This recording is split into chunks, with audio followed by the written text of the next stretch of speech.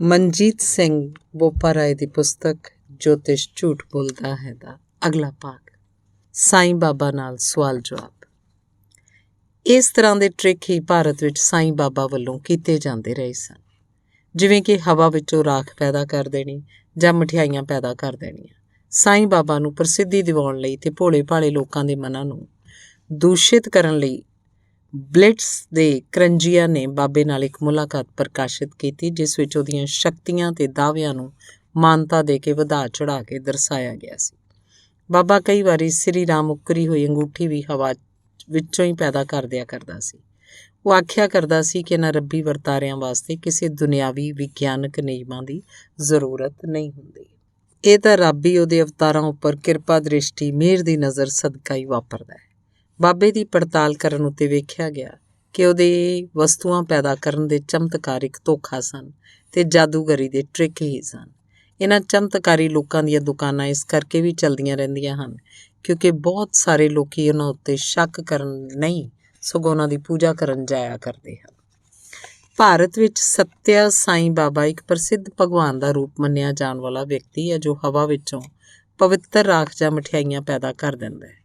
ਭਾਰਤ ਦੇ ਮਸ਼ਹੂਰ ਹਫ਼ਤਾਵਾਰੀ ਮੈਗਜ਼ੀਨ ਬਲਿਟਸ ਦੇ ਸੰਪਾਦਕ R.K. ਕਰੰਜੀਆ ਨੇ ਬਾਬਾ ਨਾਲ ਇੱਕ ਇੰਟਰਵਿਊ ਛਾਪੀ ਜੋ ਦਿਮਾਗਾਂ ਨੂੰ ਬੇਹੱਦ ਦੂਸ਼ਿਤ ਕਰਨ ਵਾਲੀ ਹੈ। ਕਰੰਜੀਆ ਬਾਬੇ ਦਾ ਅੰਨਾ ਸ਼ਰਧਾਲੂ ਸੀ। ਸਵਾਲ: ਜਿਹੜੀਆਂ ਛੋਟੀਆਂ ਵਸਤੂਆਂ ਤੇ ਪਵਿੱਤਰ ਰਾਖ ਵਿਭੂਤੀ ਤੁਸੀਂ ਹਵਾ 'ਚੋਂ ਪੈਦਾ ਕਰਕੇ ਲੋਕਾਂ 'ਚੋਂ ਵੰਡ ਦਿੰਦੇ ਹੋ, ਉਹਦਾ ਕੀ ਮਹੱਤਵ ਹੈ? ਕੀ ਰੱਬ ਦੇ ਅਵਤਾਰ ਨੂੰ ਅਜਿਹੇ ਚਮਤਕਾਰ ਕਰਕੇ ਵਿਖਾਉਣ ਦੀ ਜ਼ਰੂਰਤ ਹੁੰਦੀ ਹੈ ਜੋ ਕਿ ਆਮ ਜਾਦੂਗਰ ਵੀ ਕਰੀ ਜਾਂਦੇ ਹੈ? ਜਵਾਬ: ਜਿੱਥੋਂ ਤੱਕ ਮੇਰਾ ਸੰਬੰਧ ਹੈ, ਮੇਰੇ 'ਚ ਰੱਬੀ ਅੰਸ਼ ਹੋਣ ਦਾ ਇੱਕ ਸਬੂਤ ਹੈ। ਇਹ ਕਿਸੇ ਤਰ੍ਹਾਂ ਵੀ ਰੱਬੀ ਵਿਖਾਵਾ ਨਹੀਂ ਹੈ। ਜਿਵੇਂ ਤੁਹਾਨੂੰ ਪਤਾ ਹੀ ਹੈ ਕਿ ਜਾਦੂ ਦੇ ਸਾਰੇ ਟ੍ਰਿਕ ਧਨ ਕਮਾਉਣ ਲਈ ਵਿਖਾਏ ਜਾਂਦੇ ਹੈ। ਉਹ ਜਾਦੂਗਰੀ ਦੇ ਧੰਦੇ ਦੇ ਟ੍ਰਿਕ ਹੁੰਦੇ ਹੈ। ਉਹ ਇੱਕ ਤਰ੍ਹਾਂ ਦੀ ਕਾਨੂੰਨ ਸਰਪ੍ਰਸਤੀ ਹੇਠ ਕੀਤੀ ਜਾਂਦੀ ਧੋਖਾਧੜੀ ਹੀ ਹੈ। ਉਸ ਵਿੱਚ ਹੱਥ ਦੀ ਸਫਾਈ ਨਾਲ ਬਿਨਾਂ ਕਿਸੇ ਦੇ ਵੇਖਿਆਂ ਇੱਕ ਵਸਤੂ ਨੂੰ ਚਲਾਕੀ ਨਾਲ ਹੋਰ ਥਾਂ ਬਦਲ ਦਿੱਤਾ ਜਾਂਦਾ ਹੈ। ਇਸ 'ਚ ਕੋਈ ਸਿੱਧੀ ਜਾਂ ਚਮਤਕਾਰੀ ਸ਼ਕਤੀ ਨਹੀਂ ਹੁੰਦੀ। ਜੋ ਚੀਜ਼ਾਂ ਮੈਂ ਪੈਦਾ ਕਰਦਾ ਉਹ ਇਸ ਤੋਂ ਬਿਲਕੁਲ ਹੀ ਵੱਖਰੀ ਗੱਲ ਹੈ। ਉਹ ਨਾ ਤਾਂ ਜਾਦੂ ਹੀ ਹੈ ਤੇ ਨਾ ਹੀ ਕੋਈ ਸਿੱਧੀ ਸ਼ਕਤੀ ਹੈ। ਮੈਂ ਇਸ ਬਦਲੇ ਕੋਈ ਪੈਸੇ ਨਹੀਂ ਮੰਗਦਾ। ਮੈਂ ਵਸਤੂਆਂ ਚਲਾਕੀ ਨਾਲ ਇੱਧਰ ਉੱਧਰ ਕਰਕੇ ਲੋਕਾਂ ਨੂੰ ਧੋਖਾ ਨਹੀਂ ਦਿੰਦਾ। ਮੈਂ ਤਾਂ ਇਹ ਚੀਜ਼ਾਂ ਹਵਾ 'ਚੋਂ ਪੈਦਾ ਕਰਦਾ। ਮੈਂ ਇਹ ਆਪਣੀਆਂ ਸ਼ਕਤੀਆਂ ਦਾ ਮੁਜ਼ਾਹਰਾ ਕਰਨ ਲਈ ਨਹੀਂ ਵਰਤਦਾ। ਮੈਂ ਤਾਂ ਲੋਕਾਂ ਨੂੰ ਉਹਨਾਂ ਪ੍ਰਤੀ ਮੇਰੇ ਪਿਆਰ ਬਾਰੇ ਜਚਾਉਣ ਲਈ ਇਹ ਵਸਤੂਆਂ ਪੈਦਾ ਕਰਦਾ। ਇਹ ਤਾਂ ਇੱਕ ਕਿਸਮ ਦੇ ਪ੍ਰਤੀਕ ਹੀ ਹਨ ਕਿਉਂਕਿ ਪਿਆਰ ਮਹੂਰਤ ਹੁੰਦਾ ਹੈ ਤੇ ਮੈਂ ਇਹ ਚੀਜ਼ਾਂ ਪੈਦਾ ਕਰਕੇ ਆਪਣੇ ਪਿਆਰ ਦਾ ਪ੍ਰਗਟਾਵਾ ਕਰਦਾ ਹਾਂ। ਸਵਾਲ: ਅੱਜ ਵੀ ਮੈਨੂੰ ਇਹ ਗੱਲ ਸਮਝ ਨਹੀਂ ਆਈ ਕਿ ਤੁਸੀਂ ਅੰਗੂਠੀਆਂ, ਵੰਗਾਂ, ਘੜੀਆਂ ਤੇ ਹੋਰ ਛੋਟੀਆਂ ਚੀਜ਼ਾਂ ਕਿਸ ਵਾਸਤੇ ਪੈਦਾ ਕਰਦੇ ਹੋ? ਸਾਈਂ ਬਾਬਾ: ਬਹੁਤ ਸਾਰੇ ਲੋਕੀ ਮੇਰੇ ਵੱਲੋਂ ਉਹਨਾਂ ਦੀ ਸੁਰੱਖਿਆ ਦੇ ਪ੍ਰਤੀਕ ਵਜੋਂ ਤਵੀਤਾਂ ਦੀ ਰਾਖ ਦੀ ਮੰਗ ਕਰਦੇ ਹੈ। ਇਹ ਉਹਨਾਂ ਦੀ ਇੱਛਾ ਹੁੰਦੀ ਹੈ, ਇਸ ਲਈ ਮੈਂ ਉਹਨਾਂ ਨੂੰ ਦੇ ਦਿੰਦਾ। ਜਦੋਂ ਕਿਸੇ ਬਿਪਤਾ 'ਚ ਫਸੇ ਹੁੰਦੇ ਹੈ ਤਾਂ ਅੰਗੂਠੀ ਜਾਂ ਘੜੀ ਦੀ ਜਕੜ ਮਹਿਸੂਸ ਕਰਦੇ ਹੈ ਤੇ ਮੈਨੂੰ ਬਿਪਤਾ ਤੋਂ ਛੁਟਕਾਰਾ ਦਿਵਾਉਣ ਲਈ ਉਸ ਮੌਕੇ ਯਾਦ ਕਰਦੇ ਹੈ। ਜੇ ਮੈਂ ਉਹਨਾਂ ਨੂੰ ਕੋਈ ਅਜਿਹੀ ਚੀਜ਼ ਦੇਵਾਂ ਜੋ ਪਹਿਨੀ ਨਾ ਜਾ ਸਕਦੀ ਹੋਵੇ ਤਾਂ ਇਹਨੂੰ ਘਰੇ ਜਾ ਕੇ ਟਰੰਕ 'ਚ ਬੰਦ ਕਰਕੇ ਰੱਖ ਦੇਣਗੇ ਤੇ ਭੁੱਲ ਜਾਣਗੇ। ਇਹ ਤਵੀਤ ਜਾਂ ਜੋ ਵੀ ਤੁਸੀਂ ਇਹਨੂੰ ਆਖੋ ਲੋਕਾਂ 'ਚ ਸੁਰੱਖਿਆ, ਹਿਫਾਜ਼ਤ ਦੀ ਭਾਵਨਾ ਪੈਦਾ ਕਰਦੇ ਆ ਤੇ ਦੂਰ ਦਰਾਡੇ ਦੇ ਥਾਵਾਂ ਤੋਂ ਉਹਨਾਂ ਤੇ ਮੇਰੇ ਵਿਚਕਾਰ ਇੱਕ ਯਾਫਤਾ ਬਣਾਈ ਰੱਖਦੇ ਆ। ਇਹਨਾਂ ਰਾਹੀਂ ਅਸੀਂ ਇੱਕ ਦੂਜੇ ਨਾਲ ਜੁੜੇ ਰਹਿੰਦੇ ਹਾਂ, ਜਿਵੇਂ ਕਿ ਵਾਇਰਲੈਸ ਉੱਤੇ ਹੁੰਦਾ ਹੈ। ਜਦੋਂ ਬਿਪਤਾ 'ਚ ਹੁੰਦੇ ਹਨ ਤਾਂ ਇਹ ਵਸਤੂਆਂ ਸੰਦੇਸ਼ ਭੇਜਦੀਆਂ ਹਨ ਤੇ ਮੈਂ ਫੌਰਨ ਉਹਨਾਂ ਦੀ ਬਚਾਓ ਵਾਸਤੇ ਦੌੜ ਪੈਂਦਾ। ਸਵਾਲ: ਵਿਭੂਤੀ ਜੋ ਤੁਸੀਂ ਪੈਦਾ ਕਰਦੇ ਹੋ ਉਹਦਾ ਕੀ ਭਾਵ ਹੈ? ਅਸੀਂ ਇਹਦੇ ਲਾਭਾਂ ਬਾਰੇ ਵੀ ਜਾਣਨਾ ਚਾਹਾਂਗੇ ਕਿਉਂਕਿ ਤੁਹਾਡੇ ਆਲੋਚਕ ਜਾਦੂਗਰਾਂ ਰਾਹੀਂ ਇਹੋ ਜਿਹੀ ਵਿਭੂਤੀ ਪੈਦਾ ਕਰਵਾ ਕੇ ਵਿਖਾਉਂਦੇ ਫਿਰਦੇ ਹਨ ਤੇ ਤੁਹਾਨੂੰ ਬਦਨਾਮ ਕਰ ਰਹੇ ਹਨ। ਸਾਈਂ ਬਾਬਾ: ਜੋ ਕੁਝ ਮੈਂ ਪੈਦਾ ਕਰਦਾ ਉਹ ਰੱਬੀ ਦਾਤ ਦਾ ਪ੍ਰਗਟਾਵਾ ਹੈ ਤੇ ਇੱਕ ਪ੍ਰਤੀਕ ਵਜੋਂ ਉਹਦਾ ਮਹੱਤਵ ਹੈ। ਇਹ ਰੱਬ ਦੀਆਂ ਹੀ ਸਭ ਕਿਸਮਾਂ, ਆਤਮ, ਬ੍ਰਹਿਮੰਡ, ਅਮਰਤਾ ਤੇ ਸਰਵ ਵਿਆਪਕਤਾ ਦੇ ਚਿੰਨ੍ਹ ਹਨ। ਇਹ ਆਤਮਾ ਦੇ ਪ੍ਰਤੀਕ ਹਨ ਕਿਉਂਕਿ ਜਦੋਂ ਸੰਸਾਰੀ ਵਸਤੂਆਂ ਤੇ ਸਾਰਾ ਕੁਝ ਜਲ ਕੇ ਰਾਖ ਬਣ ਜਾਏਗਾ, ਇਹੋ ਹੀ ਤਾਂ ਬਚ ਰਹੇਗੀ। ਮੈਂ ਪਵਿੱਤਰ ਰਾਖ ਉਹਨਾਂ ਲਈ ਪੈਦਾ ਕਰਦਾ ਜਿਹੜੇ ਮੇਰੇ ਕੋਲ ਪਿਆਰ ਤੇ ਸ਼ਰਧਾ ਨਾਲ ਆਉਂਦੇ ਹਨ। ਇਸ ਲਈ ਬਿਮਾਰੀਆਂ ਠੀਕ ਹੋ ਜਾਂਦੀਆਂ ਹਨ। ਇਹ ਸ਼ਰਧਾਲੂਆਂ ਦੇ ਬਿਪਤਾਵਾਂ ਸਮੇਂ ਬੱਚਤ ਕਰਦੀ ਹੈ। ਇੱਕ ਤਵੀਜ਼ ਵਜੋਂ ਕੰਮ ਕਰਦੀ ਹੈ ਤਾਂ ਰੱਬ ਦੀ ਪ੍ਰਤੀਕ ਹੈ। ਜਾਦੂਗਰਾਂ ਵੱਲੋਂ ਪੈਦਾ ਕੀਤੀ ਜਾਂਦੀ ਰਾਖ ਨਾਲੋਂ ਬਹੁਤ ਹੀ ਵੱਖਰੀ ਕਿਸਮ ਦੀ ਹੈ। ਸਵਾਲ: ਕੀ ਕੋਈ ਸਿੱਧ ਸ਼ਕਤੀਆਂ ਨਹੀਂ ਹੁੰਦੀਆਂ ਜਿਵੇਂ ਕਿ ਤੁਹਾਡੇ ਆਲੋਚਕ ਕਹਿੰਦੇ ਹਨ? ਸਾਈਂ ਬਾਬਾ, ਇਹ ਨਾ ਤਾਂ ਜਾਦੂ ਦੇ ਟ੍ਰਿਕ ਹੀ ਹਨ ਤੇ ਨਾ ਹੀ ਕੋਈ ਸਿੱਧ ਸ਼ਕਤੀਆਂ ਜੋ ਕਿ ਯੋਗ ਅਭਿਆਸ ਨਾਲ ਹਰ ਕੋਈ ਪ੍ਰਾਪਤ ਕਰ ਸਕਦਾ ਹੈ। ਮੇਰੀਆਂ ਲੋਕਾਂ ਨੂੰ ਬਚਾਉਣ, ਇਲਾਜ ਕਰਨ ਤੇ ਉਹਨਾਂ ਦੀ ਰਾਖੀ ਕਰਨ ਤੇ ਵਸਤੂਆਂ ਪੈਦਾ ਕਰਨ ਤੇ ਉਹਨਾਂ ਦੀ ਰਾਖੀ ਕਰਨ ਦਾ ਸਰੋਤ ਸਿੱਧਾ ਰੱਬ ਹੈ। ਇਹਨਾਂ ਸ਼ਕਤੀਆਂ ਦੀ ਵਰਤੋਂ ਸਿਰਫ ਰੱਬ ਦਾ ਅਵਤਾਰ ਹੀ ਕਰ ਸਕਦਾ ਹੈ। ਇਹ ਕਿਸੇ ਅਭਿਆਸ ਰਾਹੀਂ ਸਿੱਖੀਆਂ ਨਹੀਂ ਗਈਆਂ ਜਾਂ ਅਭਿਆਸ ਰਾਹੀਂ ਵਿਕਸਿਤ ਨਹੀਂ ਕੀਤੀਆਂ ਗਈਆਂ। ਇਹ ਤਾਂ ਰੱਬੀ ਬ੍ਰਹਿਮੰਡੀ ਸ਼ਕਤੀਆਂ ਦੇ ਵਿੱਚੋਂ ਹੀ ਵਹਿੰਦੀਆਂ। ਸਵਾਲ, ਸਾਈਂ ਬਾਬਾ ਨੇ ਬੈਂਗਲੌਰ ਯੂਨੀਵਰਸਿਟੀ ਦੇ ਡਾਕਟਰ ਨਰਸਮਈਆ, ਇੱਕ ਪਰਮਾਣੂ ਵਿਗਿਆਨੀ ਵੱਲੋਂ ਉਠਾਏ ਗਏ ਬਹੁਤ ਸਾਰੇ ਸਵਾਲਾਂ ਦਾ ਜਵਾਬ ਤਾਂ ਦੇ ਹੀ ਦਿੱਤਾ ਹੈ। ਫਿਰ ਵੀ ਬਹੁਤ ਸਾਰੇ ਵਿਗਿਆਨੀਆਂ ਦੇ ਹੋਰ ਸਵਾਲਾਂ ਦੇ ਜਵਾਬ ਦੇਣੇ ਅਜੇ ਬਾਕੀ ਹਨ। ਡਾਕਟਰ ਨਰਸਮਈਆ ਇਹ ਜਾਣਨਾ ਚਾਹੁੰਦਾ ਹੈ ਕਿ ਤੁਸੀਂ ਤਰਬੂਜ ਜਾਂ ਪੇਠਾ ਜਾਂ ਖਾਸ ਮਾਰਕੇ ਵਾਲੀ ਘੜੀ ਕਿਉਂ ਨਹੀਂ ਪੈਦਾ ਕਰਦੇ ਤਾਂ ਕਿ ਸਮਝਿਆ ਜਾਏ ਕਿ ਇਹ ਤੁਹਾਡੀ ਪੈਦਾ ਕੀਤੀ ਹੋਈ ਹੈ। ਸਾਈਂ ਬਾਬਾ, ਅੰਗੂਠੀਆਂ ਤੇ ਹੋਰ ਵਸਤੂਆਂ ਦੀ ਤਰ੍ਹਾਂ ਤਰਬੂਜ ਤੇ ਪੇਠਾ ਵੀ ਹਵਾ 'ਚੋਂ ਬਹੁਤ ਸੌਖਿਆਂ ਹੀ ਪੈਦਾ ਕੀਤਾ ਜਾ ਸਕਦਾ ਹੈ, ਪਰ ਇਹ ਨਸ਼ਟਵਾਨ ਵਸਤੂਆਂ ਹਨ ਜਾਂ ਕੋਈ ਵਸਤੂ ਪੈਦਾ ਕਰਨ ਦਾ ਮਨੋਰਥ, ਜਿਵੇਂ ਪਹਿਲਾਂ ਹੀ ਬਿਆਨ ਕਰ ਚੁੱਕਿਆ, ਉਹਦਾ ਸਥਾਈ ਰਹਿਣਾ ਹੈ। ਇਸ ਕਰਕੇ ਅੰਗੂਠੀਆਂ ਤੇ ਘੜੀਆਂ ਇੱਕ ਤਾਵੀਜ਼ ਦਾ ਵਧੀਆ ਕੰਮ ਕਰਦੀਆਂ ਹਨ। ਇਹ ਨਸ਼ਟ ਨਹੀਂ ਹੁੰਦੀਆਂ। ਇਹਨਾਂ ਰਾਹੀਂ ਸੰਪਰਕ ਜੁੜਿਆ ਰਹਿੰਦਾ ਹੈ। ਇਹ ਸ਼ਰਧਾਲੂਆਂ ਤੇ ਅਵਤਾਰ ਦਰਮਿਆਨ ਸੰਚਾਰ ਮਾਧਿਅਮ ਵਜੋਂ ਕੰਮ ਕਰਦੀਆਂ ਹਨ। ਜਿਹੜੀ ਗੱਲ ਉਹ ਕਹਿਣਾ ਚਾਹੁੰਦੇ ਹਨ ਉਹ ਇਹ ਹੈ ਕਿ ਉਹ ਤਰਬੂਜ ਜਾਂ ਪੇਠੇ ਵਰਗੀ ਵੱਡੇ ਆਕਾਰ ਦੀ ਵਸਤੂ ਆਸਾਨੀ ਨਾਲ ਨਹੀਂ ਬਦਲੀ ਜਾ ਸਕਦੀ, ਜਿਵੇਂ ਕਿ ਅੰਗੂਠੀਆਂ ਤੇ ਘੜੀਆਂ ਨਾਲ ਕੀਤਾ ਜਾ ਸਕਦਾ ਹੈ। ਮੈਂ ਪਹਿਲਾਂ ਹੀ ਆਖ ਚੁੱਕਿਆ ਕਿ ਮੈਂ ਹੱਥ ਦੀ ਸਫਾਈ ਨਾਲ ਵਸਤੂਆਂ ਬਦਲਦਾ ਨਹੀਂ। ਮੈਂ ਧੋਖੇ ਨਾਲ ਇਹ ਚੀਜ਼ਾਂ ਪੈਦਾ ਨਹੀਂ ਕਰਦਾ। ਮੈਂ ਉਹਨਾਂ ਨੂੰ ਤਵੀਜ਼ ਦੇ ਤੌਰ 'ਤੇ ਵਰਤਣ ਵਾਸਤੇ ਪੈਦਾ ਕਰਦਾ। ਹੁਣ ਵਿਸ਼ੇਸ਼ ਮਾਰਕੇ ਵਾਲੀ ਘੜੀ ਪੈਦਾ ਕਰਨ ਵਾਲੀ ਗੱਲ ਬਾਰੇ ਵੀ ਦੱਸ ਹੀ ਦੇਵਾਂ ਤਾਂ ਕਿ ਇਹ ਸਿੱਧ ਹੋ ਸਕੇ ਕਿ ਮੈਂ ਹੀ ਪੈਦਾ ਕੀਤੀ ਹੈ। ਕੀ ਮੈਂ ਤੁਹਾਡੇ ਵਾਸਤੇ ਕੋਈ ਵਸਤੂ ਪੈਦਾ ਕਰਕੇ ਵਿਖਾਵਾਂ? ਹਾਂ ਸਵਾਮੀ ਜੀ, ਮੈਂ ਬਹੁਤ ਪ੍ਰਸੰਨ ਹੋਵਾਂਗਾ। ਬਾਬੇ ਨੇ ਹਵਾ 'ਚ ਹੱਥ ਫੈਲਾਏ। ਮੇਰੇ ਲਈ ਵਿਚਕਾਰ ਓਮ ਤੇ ਪਾਸਿਆਂ ਉੱਤੇ ਸ੍ਰੀ ਰਾਮ ਲਿਖੀ ਹੋਈ ਇੱਕ ਚਾਂਦੀ ਦੀ ਅੰਗੂਠੀ ਪੈਦਾ ਕਰਕੇ ਮੇਰੇ ਸੱਜੇ ਹੱਥ ਨੂੰ ਫੜ ਕੇ ਤੀਜੀ ਉਂਗਲੀ 'ਚ ਪਾ ਦਿੱਤੀ। ਇਹ ਬਿਲਕੁਲ ਮੇਰੇ ਮੇਚ ਦੀ ਸੀ ਤੇ ਮੈਂ ਮਨ 'ਚ ਇਹੋ ਹੀ ਚਾਹਿਆ ਸੀ। ਤੁਹਾਡਾ ਬਹੁਤ-ਬਹੁਤ ਸ਼ੁਕਰੀਆ ਬਾਬਾ ਜੀ, ਤੁਸੀਂ ਸਵਾਲ ਦਾ ਬਹੁਤ ਹੀ ਵਧੀਆ ਜਵਾਬ ਦਿੱਤਾ ਹੈ। ਕੀ ਤੁਸੀਂ ਨਰਸਮਈਆ ਵੱਲੋਂ ਸਾਈਂ ਕ੍ਰਿਸ਼ਨਾ ਜਾਂ ਪਾਂਡਵਪੁਰਾ ਨੂੰ ਬੋਗਸ ਸਿੱਧ ਕਰਨ ਬਾਰੇ ਕੀ ਆਖਦੇ ਹੋ? ਉਹ ਕਹਿੰਦੇ ਨੇ ਉਸ ਲੜਕੇ ਨੂੰ ਤੁਹਾਡਾ ਆਸ਼ੀਰਵਾਦ ਪ੍ਰਾਪਤ ਸੀ। ਸਾਈ ਕ੍ਰਿਸ਼ਨਾ ਬਾਰੇ ਮੈਂ ਕੁਝ ਹੋਰ ਵੀ ਦੱਸਣਾ ਚਾਹੁੰਦਾ। ਮੈਸੂਰ ਸ਼ਹਿਰ ਦੇ ਨੇੜੇ ਇੱਕ ਛੋਟਾ ਜਿਹਾ ਪਿੰਡ ਹੈ ਪਾਂਡਵਪੁਰਾ।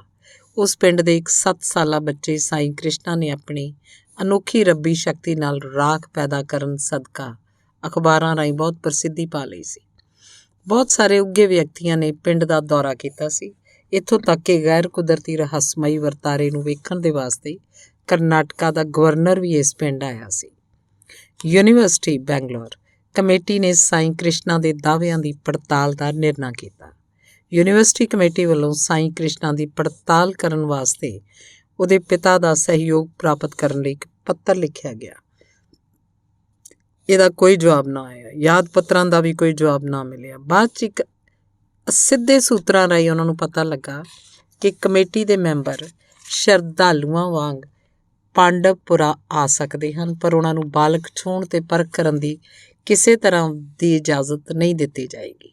8 ਜੁਲਾਈ 1976 ਨੂੰ ਕਮੇਟੀ ਦੇ 3 ਮੈਂਬਰ ਡਾਕਟਰ ਮਿਸਿਜ਼ ਵਿਨੋਦਾ ਐਨ ਮੂਰਤੀ, ਪ੍ਰੋਫੈਸਰ ਬੀ ਕੁੱਪਾ ਸਵਾਮੀ ਤੇ ਡਾਕਟਰ ਮਿਸਿਜ਼ ਅਨੁਪਮਾ ਨਿਰੰਜਨਾ ਪਾਂਡਵਪੁਰਾ ਗਏ, ਇਹ ਆਸ ਕਰਕੇ ਕਿ ਭਜਨਾਂ ਦੌਰਾਨ ਸਿਰਫ ਸ਼ੁੱਕਰਵਾਰ ਵਾਲੇ ਦਿਨ ਹੀ ਵਾਪਰਨ ਵਾਲੇ ਇਸ ਚਮਤਕਾਰ ਨੂੰ ਵੇਖ ਸਕਣਗੇ। ਕਮੇਟੀ ਦੇ ਮੈਂਬਰਾਂ ਨੇ ਆਪਣੇ ਬਾਰੇ ਕੁਝ ਨਹੀਂ ਸੀ ਦੱਸਿਆ ਤੇ ਸ਼ਰਧਾਲੂਆਂ ਦੇ ਵਿੱਚ ਹੀ ਬੈਠੇ ਸਨ। ਉਸ ਦਿਨ ਕੋਈ ਚਮਤਕਾਰ ਨਹੀਂ ਵਾਪਰਿਆ। ਸ਼ੁੱਕਰਵਾਰ 15 ਜੁਲਾਈ 1976 ਨੂੰ ਇਹੋ ਹੀ 3 ਮੈਂਬਰ ਗੁਪਤ ਤੌਰ 'ਤੇ ਫਿਰ ਉੱਥੇ ਗਏ। ਭਜਨ ਸਮਾਪਤ ਹੋ ਗਏ। ਸੌਂ ਰਿਹਾ ਬਾਲਕ ਜਾਗ ਪਿਆ। ਕੋਈ ਚਮਤਕਾਰ ਨਹੀਂ ਵਾਪਰਿਆ। ਸੰਗਤ ਜਾਣ ਹੀ ਵਾਲੀ ਸੀ। ਡਾਕਟਰ ਮਿਸਿਜ਼ ਵਿਨੋਦਾ ਐਨ ਮੂਰਤੀ ਨੇ ਵੇਖਿਆ ਕਿ ਬਾਲਕ ਬਾਰ-ਬਾਰ ਆਪਣੇ ਲੱਕ ਦੁਆਲੇ ਹੱਥ ਮਾਰ ਰਿਹਾ ਸੀ ਤੇ ਔਖਾ ਜਿਹਾ ਮਹਿਸੂਸ ਕਰ ਰਿਹਾ ਜਾਪਦਾ ਸੀ। ਉਹਨੇ ਇੱਕ ਰੱਸੀ ਲਟਕਦੀ ਹੋਈ ਵੀ ਵੇਖ ਲਈ। ਉਤਸੁਕਤਾ ਕਰਕੇ, ਕੁਝ ਸ਼ੱਕ ਹੋ ਜਾਣ ਕਰਕੇ ਉਹਨੇ ਰੱਸੀ ਖਿੱਚ ਦਿੱਤੀ ਤੇ ਲਓ ਵੇਖੋ, ਕੱਛੇ ਵਿੱਚ ਲੁਕੋਈ ਹੋਈ ਰਾਖ ਬਾਹਰ ਨਿਕਲ ਆਈ। ਹਲਚਲ ਮਚ ਗਈ। ਕਮੇਟੀ ਦੇ ਮੈਂਬਰਾਂ ਨੂੰ ਗਾਲਾਂ ਕੱਢੀਆਂ ਗਈਆਂ ਤੇ ਸਰਾਪ ਦਿੱਤੇ ਗਏ। ਬਾਲਕ ਦੀ ਮਾਂ ਨੇ ਆਖਿਆ ਕਿ ਉਹ ਸਾਰੇ ਪੁੱਤਾ ਪਾਰਖੀ ਵਾਲੇ ਸ੍ਰੀ ਸੱਤਿਆ ਸਾਈਂ ਬਾਬਾ ਦੇ ਸ਼ਰਧਾਲੂ ਸਨ, ਜਿਹੜਾ ਕਿ ਮੇਨ ਸਵਿਚ ਵਾਂਗ ਹੈ, ਜਦੋਂ ਕਿ ਸਾਈਂ ਕ੍ਰਿਸ਼ਨਾ ਤਾਂ ਇੱਕ ਛੋਟਾ ਜਿਹਾ ਬੱਲਬ ਹੀ ਹੈ।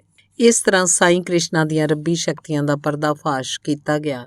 ਇਸ ਘਟਨਾ ਨੇ ਤਹਿਲਕਾ ਮਚਾ ਦਿੱਤਾ। ਸਮੁੱਚੇ ਭਾਰਤ ਦੇ ਅਖਬਾਰਾਂ 'ਚ ਇਸ ਪਰਦਾਫਾਸ਼ ਬਾਰੇ ਚਰਚਾ ਹੋਈ। ਯੂਨੀਵਰਸਿਟੀ ਕਮੇਟੀ ਨੇ ਕੌਮੀ ਮਹੱਤਤਾ ਹਾਸਲ ਕਰ ਲਈ।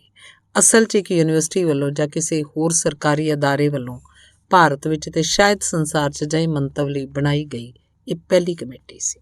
ਸਾਈਂ ਬਾਬਾ: ਮੈਂ ਤੁਹਾਨੂੰ ਪੂਰਾ ਯਕੀਨ ਦਿਵਾਉਣਾ ਕਿ ਉਸ ਬੱਚੇ ਤੇ ਮੇਰੇ ਵਿਚਕਾਰ ਕੋਈ ਸੰਬੰਧ ਨਹੀਂ ਹੈ। ਉਹਦੇ ਬੰਦਿਆਂ ਨੇ ਮੇਰੇ ਤੇ ਉਸ ਵਿਚਕਾਰ ਗੱਲਬਾਤ ਕਰਵਾਉਣ ਦੀਆਂ ਕਈ ਕੋਸ਼ਿਸ਼ਾਂ ਕੀਤੀਆਂ, ਪਰ ਅਸੀਂ ਉਹਨਾਂ ਨਾਲ ਗੱਲਬਾਤ ਕਰਨ ਤੋਂ ਬਿਲਕੁਲ ਹੀ ਨਾ ਕਰ ਦਿੱਤੀ। ਸਵਾਲ: ਵਿਗਿਆਨਕ ਢੰਗ ਨਾਲ ਧੋਖਾ ਰਹਿਤ ਪ੍ਰਸਥਿਤੀਆਂ ਅਧੀਨ ਨਰਸਮਈਆ ਕਮੇਟੀ ਨੇ ਤੁਹਾਡੀਆਂ ਸ਼ਕਤੀਆਂ ਦੀ ਪਰਖ ਕਰਨੀ ਚਾਹੀ। ਜਿਵੇਂ ਕਿ ਉਹ ਦੱਸਦੇ ਹਨ, ਤੁਸੀਂ ਇਨਕਾਰ ਕਰ ਦਿੱਤਾ। ਕੀ ਤੁਸੀਂ ਇਸ ਵਾਦ ਵਿਵਾਦ ਬਾਰੇ ਟਿੱਪਣੀ ਕਰਨੀ ਚਾਹੋਗੇ? ਸਾਈਂ ਬਾਬਾ: ਵਿਗਿਆਨ, ਜਿਹਦਾ ਸੰਬੰਧ ਭੌਤਿਕ ਤੇ ਦੁਨਿਆਵੀ ਦ੍ਰਿਸ਼ਟੀਕੋਣ ਨਾਲ ਹੀ ਹੁੰਦਾ ਹੈ, ਰੱਬੀ ਸ਼ਕਤੀਆਂ ਦੀ ਕਿਵੇਂ ਪਰਖ ਕਰ ਸਕਦੀ ਹੈ, ਜੋ ਕਿ ਇਹਦੀ ਪਹੁੰਚ ਤੋਂ ਬਾਹਰ ਦੀ ਗੱਲ ਹੈ।